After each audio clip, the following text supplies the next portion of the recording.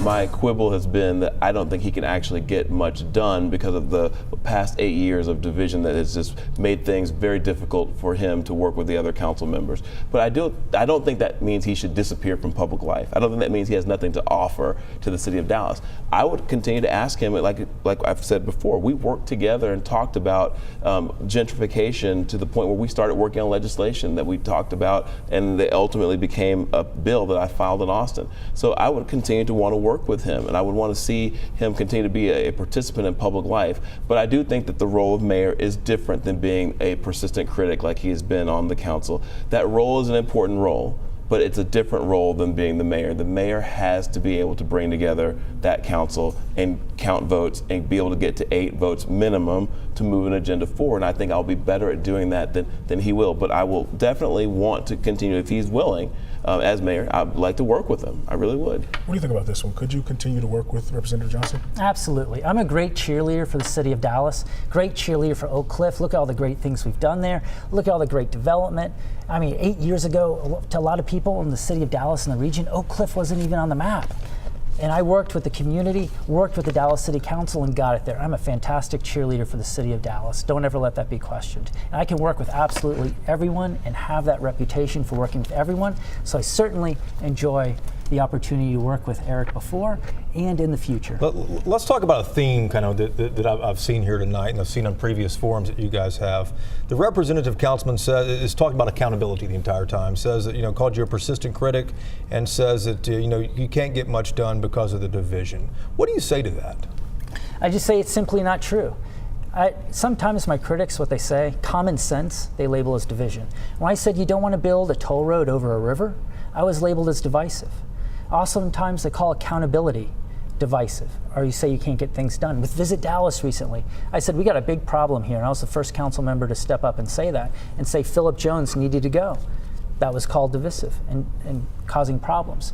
So common sense and accountability are often labeled as being divisive, and that's not the case. That's just not the type of climate that you want to have. And Representative, his argument, the kind of theme that I've seen is he has the experience on day one that you don't have. Well, I want to respond to that. First of all, I'm pretty experienced, having been down in the legislature for 10 years. I mean, we're dealing with some pretty complex issues down there, some pretty big numbers. So I won't take second shrift to anyone on the experience question. But I will say this: the criticism that my opponent has received has not anything to do with his actual position on an issue. It has nothing to do with him actually disagreeing with the other members of the council. I would argue that there's much less distance between you and any council member you can think of and me and the Republicans in the Texas House on the far right.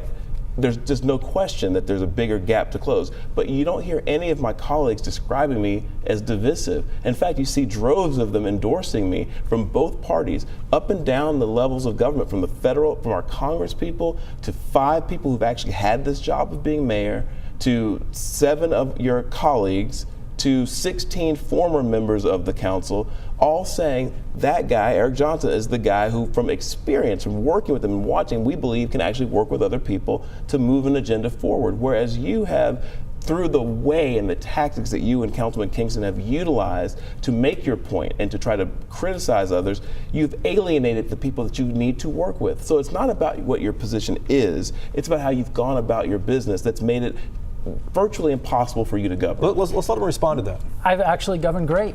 You can just look at the recent example of increasing pay for our police officers. You can also look at another example where we had the issue with the bridge, the I-30 Calatrava Bridge. Built up a coalition to send a letter to a group to ask them to pay for the repairs to the bridge. I'm known as building up coalitions on issues and getting things done. You can look at the votes. The record is there over 8 years. This is just a criticism that comes from the existing power structure in the city of Dallas that doesn't want to see our streets get taken care of, higher pay for our police officers and firefighters. But why would they want to see that? Why would they want to see that? Because they want to continue with the large projects. That's been the city of Dallas for so long. So the city of Dallas for too long has focused on the big projects, trying to build a Trinity Toll Road, even having a whole department in the city of Dallas, wasting $250 million, building Calatrava bridges, building a convention center hotel, a horse park, all these things. I am the person who says, let's get back to the basics. Let's take care of people in everyday life. And that needs to be the priority. So is a difference in priorities. This is a very important discussion. I think this is something the voters need to hear about. So I just want to raise one point and say, it's very strange. At some point, the numbers get to be so large that to argue it's a big conspiracy just doesn't really hold up anymore. What do 5 mayors that encompass 40 years have to do with the conspiracy to move forward some big project? How is it that people on both sides of the political spectrum and up and down the levels of government, 16 former council members that span the whole city and span generations, I mean, people who were council members when we were kids practically, are we all part of a big conspiracy to stop you from making some type of reform that you want to make? Or do people have they been watching the past 8 years of council meetings and they see what the problem is? I mean, it's just incomprehensible to me. At some point, it's not a conspiracy anymore. It's reality. And the people who claim this is a conspiracy are the ones who are engaging in some sort of delusion, because there's no way that we're all in a conspiracy. No, there's no against you guys. conspiracy. It's Let's about let him priorities. answer this, and then we're going to move on. There are priorities about, does Dallas need to continue the big projects or get back to the basics? And there's a whole group of people that used to be in power that wants to continue the big projects. The people that support me and all the people throughout the city of Dallas, I'm saying, want to see us get back to the basics. That's what they care about. So for me, it's about the big projects or getting back to the basics. Let's get to some basic questions about your personal lives while the viewer questions are still coming in.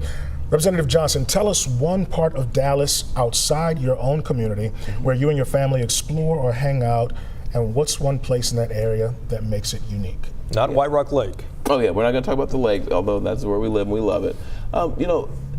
My parents live in Southwest Dallas, and that's a beautiful part of our city that I don't think a lot of people get to very much. They're out there near Mountain View College, and it's just gorgeous. So we go see our parents out there. West Dallas, which is where my family is from, which is changing rapidly, is an area I like to spend time in. I still occasionally go back to my old church at the Dallas West Church of Christ, where I grew up, to go worship over there with my family there, who still lives there and still goes there. So I'd say West Dallas and Oak Cliff are places I spend quite a bit of time. And occasionally I find myself in the north side, and I went to Green Hill School, so I still have friends that were connected to that part of the city. So I love Dallas, and I really try to get around a lot, but I don't have much time for socializing these days, that's to be honest. Councilman, outside of your neighborhood, what's your favorite attraction in Dallas? Playgrounds.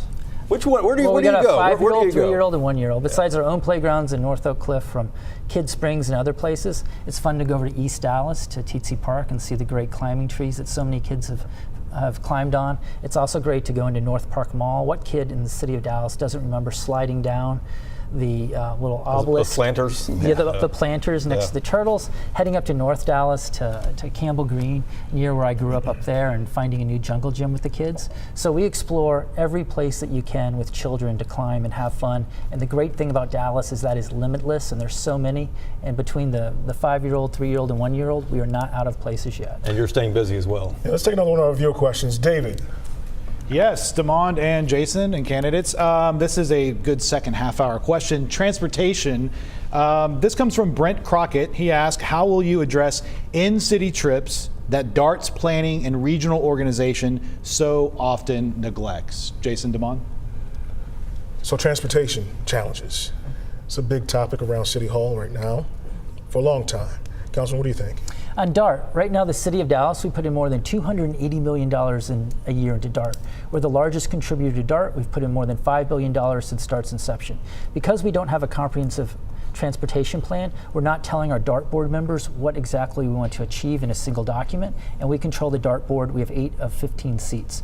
So I want to pass a comprehensive transportation policy that's going to say, DART, it's time to stop building the longest light rail in America. They'll get you all the way up to Oklahoma, but it doesn't get you to Love Field. It's time to prioritize high-frequency bus service in the city of Dallas to get people from the grocery store and back home to the pharmacy and back home, and 2 jobs, including jobs down in the inland port. And it's time for DART to stop raising their fares 20% on the poorest residents of the city of Dallas like they did this last year. It's time for DART to reinstitute paratransit service, which they're in the process of phasing out and turning over to contractors. Our most mobility challenged segment of the city of Dallas needs and must be morally served by DART. And lastly, we need to address cleanliness and safety in DART. We should have an expectation in the city of Dallas for cleanliness and safety at the West Transfer Station, City Place Transfer Station, just like you find up in the stations in the suburbs. Does DART need a makeover? Look, we love plans in Dallas. I've learned that over 10 years. We love plans. if I'm mayor, I promise you, I'm gonna take both of you on a tour of City Hall, and I'm gonna make them show me and you at the same time all of the various plans for everything we've ever had in the city, for Fair Park, for, you name it, we've got a plan. And so I'm fine with the idea of having a transportation plan. I think it's probably long overdue. It's shocking that a city this size and this complexity doesn't have one. But what people need to understand in Dallas is this: plans don't do anything but collect dust if there's not leadership, capable leadership, to actually turn those plans into action. Someone has to physically be able to go to DART's leadership and go to that DART board and actually use political talent and skill and leadership abilities to convince other human beings to do what needs to be done. And that is the problem in Dallas, is that we draw up a plan and then we check in 5 or 10 years later and we wonder why nothing's happened with the plan. Well, where was the leadership? What I'm promising the people in Dallas, what I'm offering them, is an opportunity to put someone in that position who will exercise leadership. Gary Thomas at DART and I have a personal relationship. We know each other. And the DART board members, we're going to work together to actually address these issues. We're going to have better bus service and those types of things, but we're going to do it the old-fashioned way. We're going to get in a room, we're going to talk about it. Let's get some more viewer questions here. Tasha, you got another viewer question for us? I do. I have one from Charles. He says that arts are a vital economic engine for our city. He wants to know, what is your position on the role of and funding of the arts? Who wants to dive into this? We went to see Pinocchio last night at the Windspear. Who should go first? I mean, I'll go first. We'll have you pick it up. Is there room for arts? Yes, there has to be. It's part of the life. I don't want to pay more taxes, though. No one wants to pay more property Nobody taxes. does, right? That's why we got to grow this city's tax base, and everyone can pay less taxes and actually have more money to spend. But look, I love the arts. I'm a former band geek, believe it or not. I was one of those kids who actually played in the football games and at halftime played in the band. I did that thing that Walter Payton used to do. What'd you play? Baritone saxophone. So I'm a band geek. I love the arts. My wife and I are big fans of musical theater. We love musicals, and I think the last musical we saw was probably The Lion King at Dallas Summer Musicals. But the point is I do believe that we should divert some amount of our hot tax, our hotel occupancy tax, to funding the arts, a greater percentage than we do now. How much is a matter of discussion for me. I've not locked in on a number, and I've not committed to a particular number, but it needs to be out of the single digits. I do think we need to get into the double digits, and I think that's important because arts are not a luxury. They just aren't. It's part of the culture of a city. When you go to New York or Chicago or Los Angeles or San Francisco, the great American cities, the arts are part of what you think of, and that's a good thing. Let's let Councilman Griggs chime in on that. Should we send more of the hotel occupancy tax Absolutely. to the arts? We just passed a cultural art plan in the city of Dallas, which is wonderful. Right now, our arts budget's about $22 million per year. To implement this plan into arts outside the arts district throughout all the neighborhoods in the city of Dallas, we need money, and the place to get that is from the hotel occupancy tax. I support going to the maximum of 15% from the hotel occupancy tax, which could very quickly put in $10 million into the arts annually. That's so important because the arts are so much part of our culture and so much part of the ecosystem of tourism in the city of Dallas. Most cities in Texas, our peer cities, give between 8 and 13%. That's why their arts are so much better funded. Now, with the changes going on at Visit Dallas, I don't think we will see the resistance to this change that we saw before, because it is so much needed that we go with 15% into the arts, because it's going to pay dividends. We know every single dollar that we spend in arts, we get back 5-10-fold, not only in culture, but in just people spending. So you both support more tax money for the arts. Mm-hmm.